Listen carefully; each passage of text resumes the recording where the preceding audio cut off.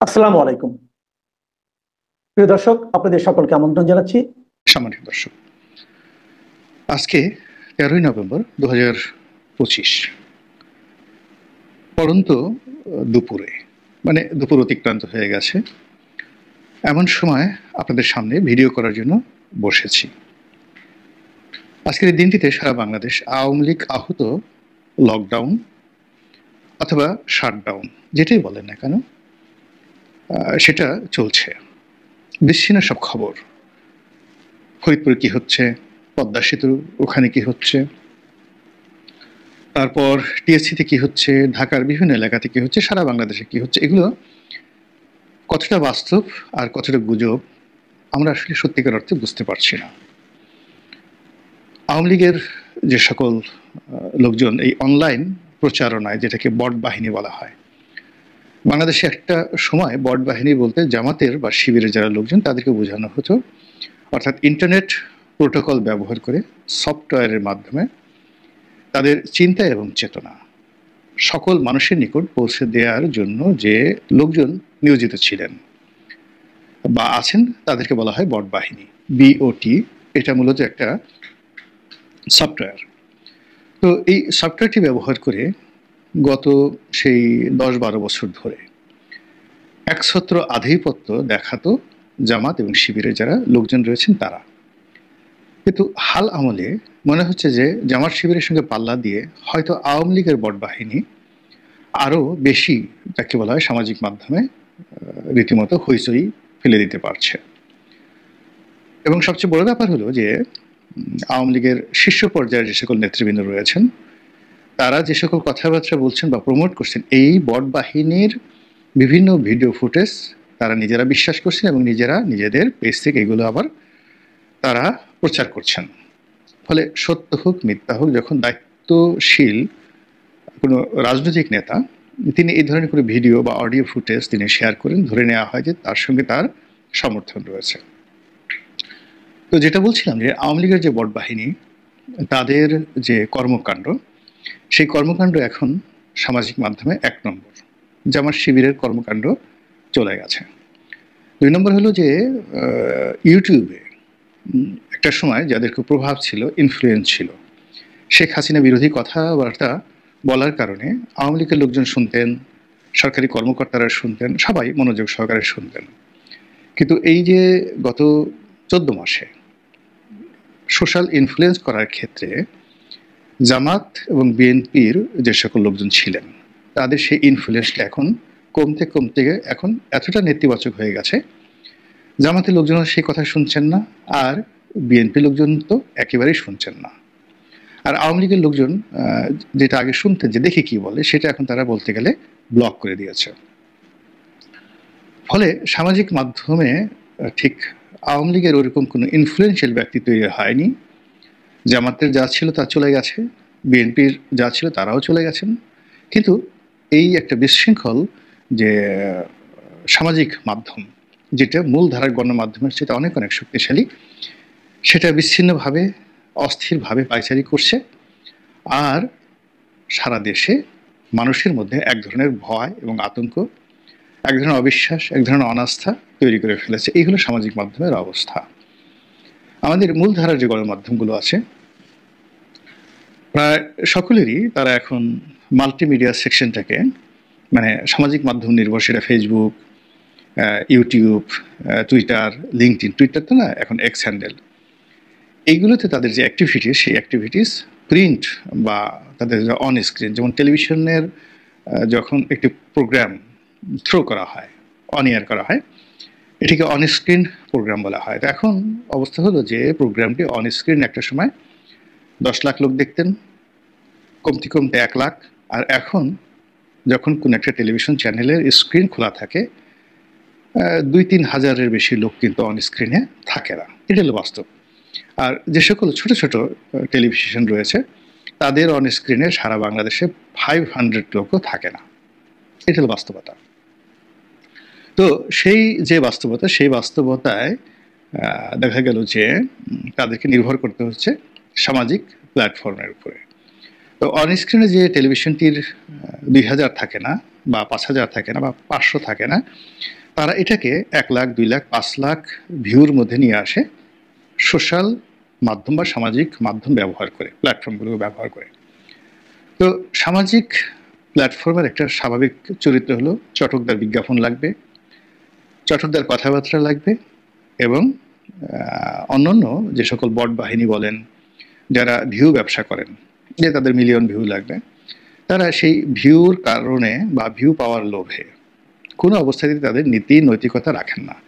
এখানে মানে যে কোনোভাবে হোক, চুলকিয়ে হোক, কাপড় খুলে হোক, যৌনতা তৈরি করে হোক, ভয় আতঙ্ক তৈরি করা হোক, মানে যাচ্ছে তাই যেভাবে হোক, মানে একজন কন্টেন্ট ক্রিয়েটার তার ভিউ পাওয়ার জন্য যে সকল পাগলামো করেন, উন্মাদনা করেন, যে সকল মিথ্যা কথা বলেন, ঠিক এর ফলে কি হলো, সামাজিক মাধ্যমের যারা নিয়মিত দর্শক তাদের মধ্যে ঠিক ওইরকম সুশীলতা, মানে খুব বেশি সুশীলতা, খুব বেশি বুদ্ধিমত্তা, খুব বেশি সততা, ন্যায়পরায়ণতা, যেটা লিখতে গেলে বা টেলিভিশনে অন স্ক্রিনে যেটা প্রচার করতে গেলে খুব বেশি দরকার পড়ে, সেটা সামাজিক মাধ্যমে আসলে এই ধরনের যারা ভিউ দেখেন তারা এই ধরনের পছন্দ করেন না।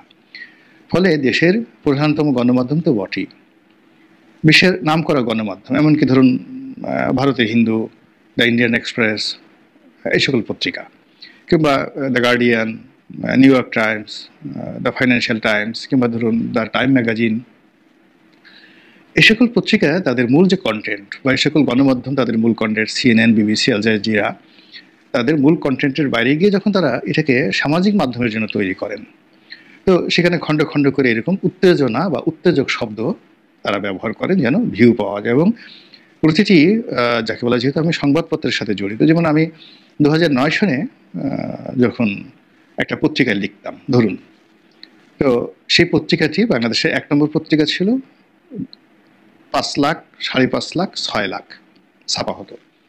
তার সাথে কন্টেম্পোরারি প্রতিযোগিতা করে দ্বিতীয় যারা ছিলেন তারা 3 লাখ, 3.5 লাখ ছাপাতেন। এখন সেই পত্রিকাটি হয়তো 2 লাখের বেশি ছাপানো, বিকজ একটা পত্রিকা প্রিন্ট করতে তার খরচ যায় ধরুন 15 টাকা। সে যদি 1 লাখ ছাপায়, মার্কেট থেকে সে পাচ্ছে বিজ্ঞাপন বাবদ সব বাদ দিলে সে কত, তার যে মূল্য আছে সেই মূল্যের 40% তাকে বাদ দিতে হচ্ছে। এর ফলে কি হলো যে এখন প্রিন্ট ভার্সনে যাচ্ছে না, সবাই মাল্টিমিডিয়াতে চলে যাচ্ছে।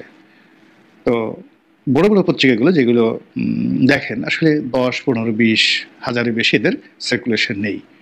একেবারে খুব বড় জোর যেগুলো দেখা যাচ্ছে যে সেগুলো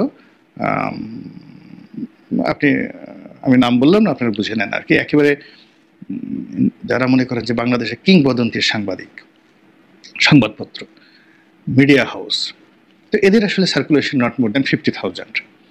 আর যারা বলেন যে সবচেয়ে বড় পত্রিকা, আমি যেটা বললাম যে যারা খুব বেশি ছাপায়, নট মোর দ্যান 2 লাখ, যেটা আমার কাছে, আমি যেহেতু এখনো লিখি আমি এটা বুঝতে পারি। কিন্তু যারা 2 লাখ ছাপায়, তো 2009 সনে বা 10 সনে তাদের হয়তো 5 লাখ তারা ছাপাতেন বা 6 লাখ তাদের ছাপাতেন। যদি একটা পত্রিকাকে আমরা 4 জন করে ধরি, তো 5 লাখ 20 লাখ লোক এটা একটা পরিবারকে ইনফ্লুয়েন্স করতো। এখন সেই 2 লাখ সার্কুলেশন নিয়ে, অথবা তাদের যে নিকটতম প্রতিদ্বন্দ্বী যারা একটা সময় 6 লাখ বা 5 লাখের পরিবর্তে কাউন্টার দিয়ে 3 লাখ বা 4 লাখ তারা ছাপাতেন, এখন তারা 50,000-এ নেমে এসছে। তো এখন তারা সামাজিক প্ল্যাটফর্ম ব্যবহার করে এই 1 কোটি যাকে বলা হয় দর্শককে তারা টার্গেট করছে।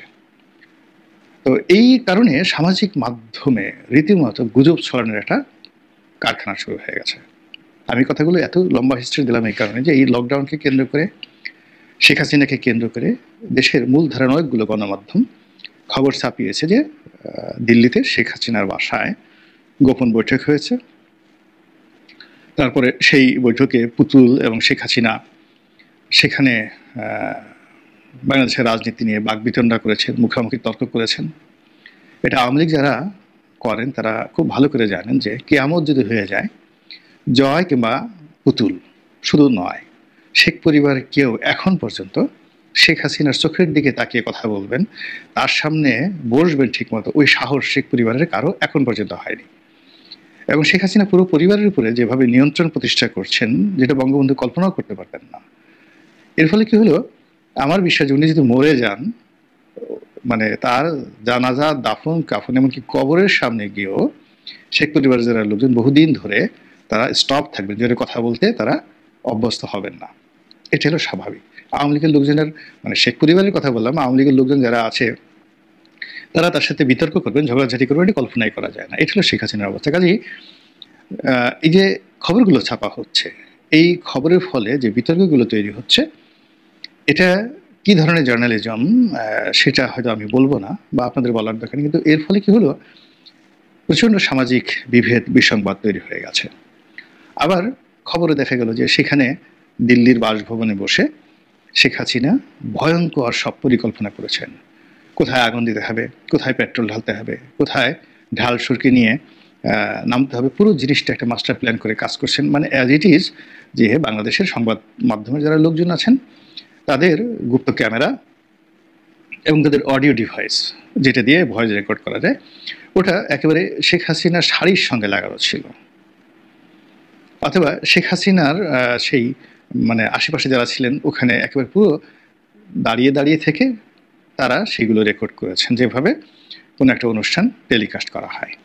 এইভাবে রিপোর্ট দিয়ে বোঝানো হলো যে যে অবরোধ, যে শাটডাউন, যে হরতালের নামে মূলত যে লকডাউনের কথাটা বলা হচ্ছে, এটা হলো অবরোধ, হরতাল, তারপরে অন্য যা কিছু আছে, ক্ষোভ বিক্ষোভ, সবগুলোর একটা কম্বাইন্ড অ্যাটম, একত্র করা। তো এই কাজগুলো আওয়ামী লীগ করবে। এখন আওয়ামী লীগ আসলে কতটা করতে পারবে বা কতটা আজকের দিনে করছে, আমি আগেই বললাম যে এটি নিয়ে যথেষ্ট সন্দেহ আছে। আমার নিজেরও সন্দেহ আছে যে আমি তো আওয়ামী লীগের সবাইকে চিনি মোরালেস। তো এই দুর্বিষহ একটা সময় তারা রাজপথে নেমে একটা সরকারি বড় দপ্তরে আগুন দেবে, তারপরে যাকে বলা হয় ওই সামনে এসে পুলিশের সাথে তর্ক বিতর্ক করবে, ঢাকা বিশ্ববিদ্যালয়ে ককটেল ব্রাস্ট করবে। এই জিনিসগুলো আমার বিশ্বাস হচ্ছে না। আমার বিশ্বাস হচ্ছে না এই কাজ করার জন্য অতিরিক্ত যে কলিজা দরকার, সাহস দরকার, শক্তি দরকার, শক্তিমত্তা দরকার, এটা এই মুহূর্তে আওয়ামী লীগের নেই। এটা হলো বাস্তবতা। তাহলে এই কাজগুলো তো হচ্ছে, এই হওয়ার মধ্যেই হলো পলিটিক্স। এখানে পলিটিক্স হচ্ছে বিএনপির সাথে জামাতের, জামাতের সঙ্গে এনসিপির, এনসিপির সঙ্গে সরকারের, সরকারের সঙ্গে দেশি বিদেশি গোয়েন্দা সংস্থার, এবং আওয়ামী লীগের লোকজনের তো আছেই, কিন্তু নট অ্যাজ এ হোল। এখানে কোনো একটি পক্ষ যে এককভাবে কোনো একটি কাজ করছে বা নিয়ন্ত্রণ করছে, এটা I do not believe, or আমি মনে করি না যেটা হতে পারে। এটা যুক্তি বলে। তো এই যে একটা মাঠকে আমরা মানে চাল ডালে একত্রে করে দিচ্ছি, সবকিছু এলোমেলো করে দিচ্ছি, এই যে দায় দায়িত্ব আমাদের সামাজিক মাধ্যমে যারা কন্টেন্ট ক্রিয়েট করেন তাদের যেভাবে রয়েছে, ইদানিং এর সঙ্গে মূলধারার গণমাধ্যম যারা ভিউ ব্যবসা বা দর্শক ধরে রাখতে চাচ্ছেন, নিজেদের সার্ভাইভাল বা এক্সিস্টেন্সের জন্য যারা এভাবে উত্তেজনামূলক খবর পরিবেশন করতে চাচ্ছেন, তারা গত কয়েকদিনে দিল্লিকে নিয়ে, শেখ হাসিনাকে নিয়ে, লকডাউনকে নিয়ে যে সকল খবর ছাপিয়েছেন, তার প্রেক্ষিতে আজকের এই দিনে সরকারের যে একটা মানে যাকে বলে হই হই রই রই রব, ধরো, শাস্তি দাও, মারো, এবং যেভাবে আওয়ামী লীগের যারা প্রতিপক্ষ তাদের ভিতরে যে উত্তেজনা, আবার ৩২ নম্বর ভাঙো, আবার আওয়ামী লীগের অফিস ভাঙো, সব কিছু তছনছ করে দাও, যেখানে আওয়ামী লীগ পাও হাড্ডি গুড্ডি গুঁড়ো করে দাও। তো তার ফলে কি হলো যে ওইভাবে চিহ্নিত পদ পদবিধারী কোনো আওয়ামী লীগকে পাওয়া যাচ্ছে না। কিন্তু এই যে এত বড় তোড়জোড়, এটা তো একটা দেখাতে হবে যে আমরা পেয়েছি ইউরেকা, তার জন্য ধরা হচ্ছে। সংবাদ মাধ্যমে আসছে ২০ জন আওয়ামী লীগের কর্মী ধরা পড়েছে। আবার বট বাহিনী তারা বলছে এই একজন ছাত্রলীগের, নিষিদ্ধ ছাত্রলীগের কর্মী ধরা পড়েছে, এই দেখো তাকে কিভাবে পিটাচ্ছে। এই পুরো জিনিসটা আপনি বিশ্লেষণ করে দেখবেন যে আওয়ামী লীগের পক্ষ থেকে যে ধরনের ভিডিও ফুটেজ, স্লোগান দেখানো হচ্ছে, সেটা হয়তো আওয়ামী লীগ জমানারই কোনো ভিডিও ফুটেজ, তার সঙ্গে ব্যাকগ্রাউন্ড মানে সাউন্ড যুক্ত করা হয়েছে। আবার ছাত্রলীগের কাউকে ধরা হয়েছে, আওয়ামী লীগের কাউকে ধরা হচ্ছে, এরকম একটা ভিডিও ফুটেজ হয়তো আজ থেকে ৬ মাস আগের, ১ বছর আগের, সেটাকে বারবার সামনে এনে আওয়ামী লীগের লোকদেরকে ভয় দেখানোর যে চেষ্টা করা হচ্ছে, এতে করে যে পুরো যে রাজনীতির অঙ্গন, সেই রাজনীতির অঙ্গনের যারা তৃতীয় শক্তি, চতুর্থ শক্তি কিংবা পঞ্চম বাহিনী, যারা উৎপেতে আছে সবাইকে বিপদে ফেলার জন্য, পুরো রাজনীতিটিকে তছনছ করে দেওয়ার জন্য, সরকারকে বিপদে ফেলার জন্য, এবং রাজনীতির যে ট্রাম্প কার্ড এটা বিএনপি, জামাত, আওয়ামী লীগ, এনসিপি এদের কাছ থেকে নিয়ে অরাজনৈতিক শক্তির হাতে তুলে দেওয়ার জন্য তারা এই সময়টিকে নিজেদের আখের গোছানোর একটা পন্থা হিসেবে ব্যবহার করেন। তার প্রেক্ষিতে আজকের এই দিনটিতে কি ঘটছে সামাজিক মাধ্যমে আর কি ঘটছে রাজপথে, তা যারা চাক্ষুষ করছেন তারা অবশ্যই দেখতে পেয়েছেন। মহান আল্লাহ আমাদের সবাইকে। জীবনকে যে দৃষ্টিভঙ্গিতে দেখা হবে ফলাফল সেভাবেই আসে, এটা মনীষীদের কথা। ধর্মেও একটি কথা বলা হয়, নিরাশ হইও না, স্রষ্টার প্রতি বিশ্বাস রাখো, নিশ্চয়ই তিনি উত্তম ফয়সালাদাতা। আমি একজন ধর্মবিশ্বাসী মুসলিম হিসাবে অবশ্যই বিশ্বাস করি আমার জন্য যা মঙ্গলজনক সেটা আমার স্রষ্টা পরম করুণাময় আল্লাহ সেটা নির্ধারণ করে রাখেন। তবে প্র্যাকটিসের জায়গা থেকে মানুষকে সৃষ্টির শ্রেষ্ঠ জীব হিসাবে যে ক্ষমতা তৌফিক দেওয়া হয়েছে সেই জায়গাটাও আমার চর্চার ভিতরে রাখা প্রয়োজন বলে আমি মনে করি। যেমন যে কোনো বিষয়কে দুইটি দৃষ্টিভঙ্গিতে দেখা যায়, একটা ইতিবাচক, একটা নেতিবাচক। নেতিবাচক দৃষ্টিতে দেখে নিজের সবশেষ এটা ভাবার ভিতরে আলাদা কোনো তৃপ্তি বা প্রাপ্তি থাকে না। অপরের সবকিছুকে নেতিবাচক দৃষ্টিতে দেখে তার কোনো ক্ষতি করা যায় না, বরং ইতিবাচক ধারণা ইতিবাচক প্রাপ্তি এনে দেয়। যেমন ইংরেজিতে একটা শব্দ আছে, হোপলেস এন্ড। হোপলেস এন্ড এটি নেতিবাচক ধারণা, আর এটাকে যদি আমি ইতিবাচক দৃষ্টিতে দেখতে চাই, এন্ডলেস হোপ। এন্ডলেস শব্দটা পূর্বের লাইনের শেষ প্রান্তে ছিল, আমি শুরুতে নিয়ে আসলাম। এন্ডলেস হোপ অর্থাৎ সীমাহীন প্রত্যাশা, আর প্রথমটাই ছিল হোপলেস এন্ড, মানে হতাশায় শেষ হয়ে যাওয়া। জীবনের দৃষ্টিভঙ্গি বদলাতে হবে। যত বেশি দৃষ্টিভঙ্গি বদলানো যাবে জীবন তত বদলে যাবে। আমাদের জীবন তো ক্ষণস্থায়ী। আমাদের পূর্বে যারা এসেছিলেন বিভিন্নভাবে প্রতিষ্ঠিত, ধর্মীয় দৃষ্টিকোণ থেকে, রাজনীতিতে, বিজ্ঞানে, সমাজ সেবায় বিভিন্নভাবে যারা এসেছেন, কেউই স্থায়ীভাবে এখানে থাকেননি, চলে যেতে হয়েছে। আমরাই বা কতক্ষণ থাকব? সেজন্য বলি,